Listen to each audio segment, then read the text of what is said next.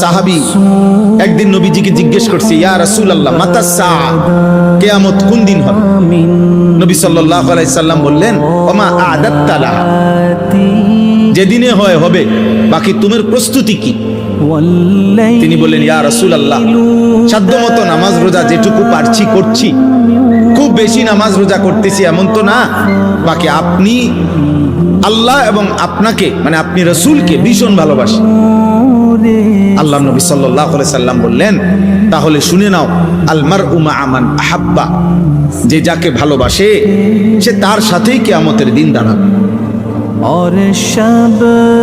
হযরত আনাস, নবীজির খাদেম আনাস রাদিয়াল্লাহু তাআলা আনহু, তিনি এই হাদিসটা বর্ণনা করছেন, এই ঘটনাটা, এই ব্যক্তির কথা এবং উত্তর নবীজি বলছেন।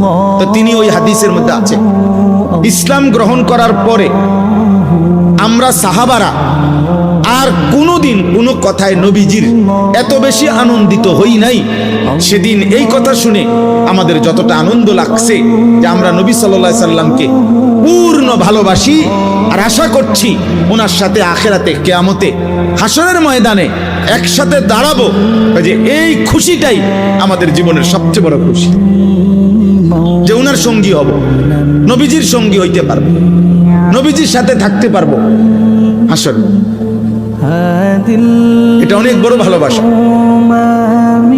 আমরা মনে করেন হজ উমরার সফরে যাই, এই বছর আমি উমরার সফরে গেছি রমজানের শুরু, এখন আমাদের কাফেলার মধ্যে 101 জন মানুষ উমরায় গেছে আমাদের সাথে, আমার শায়েখ আল্লামা মুফতি মুশতাকুন নবী কাসিম হাফিজাহুল্লাহ হযরতের সাথে।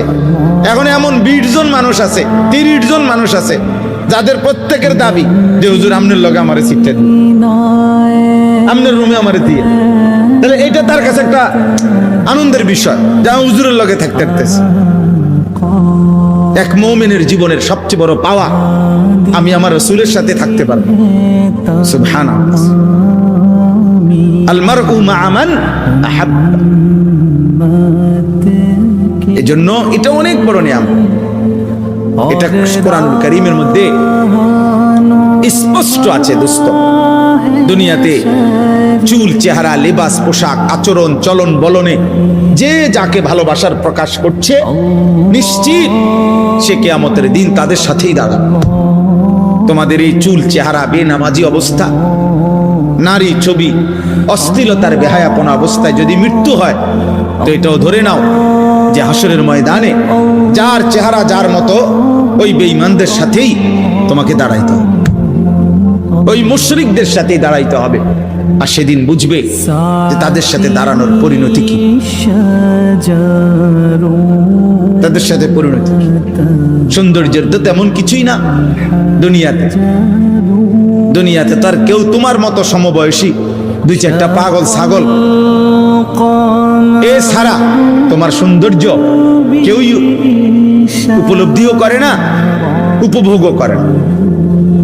কোনো আপনি যেই কোনো ছেলে, আব্বা আমি চ্যালেঞ্জ করলাম, তুমি তোমার সুস্থ বিবেক থাকলে তুমি চিন্তা করে একটু ঠান্ডা মাথায় মাথা ঘুরাইয়া দেখো যে তোমরা যারা কাফের মুশরিকদের মতো তোমাদের চুল, চেহারা, সারাদিনের এই উলঙ্গতা, অসভ্যতা, নারী ছবি, মোবাইল, অশ্লীল দৃশ্য, সেজদা নাই, নামাজ নাই, তোমার সমবয়সী 10 জন সর্বোচ্চ 20 জন বন্ধু বান্ধব ছাড়া পৃথিবীর কোন সুস্থ, স্বাভাবিক, ভদ্র, রুচি সম্পন্ন, বিবেকবান, নামাজি, ইমানদার কোন মানুষ না তোমাকে নিয়ে ভাবে, না তোমার দিকে দেখে, না তোমার চলা ফেরাতে তার অনুসরণীয় কিছু আছে।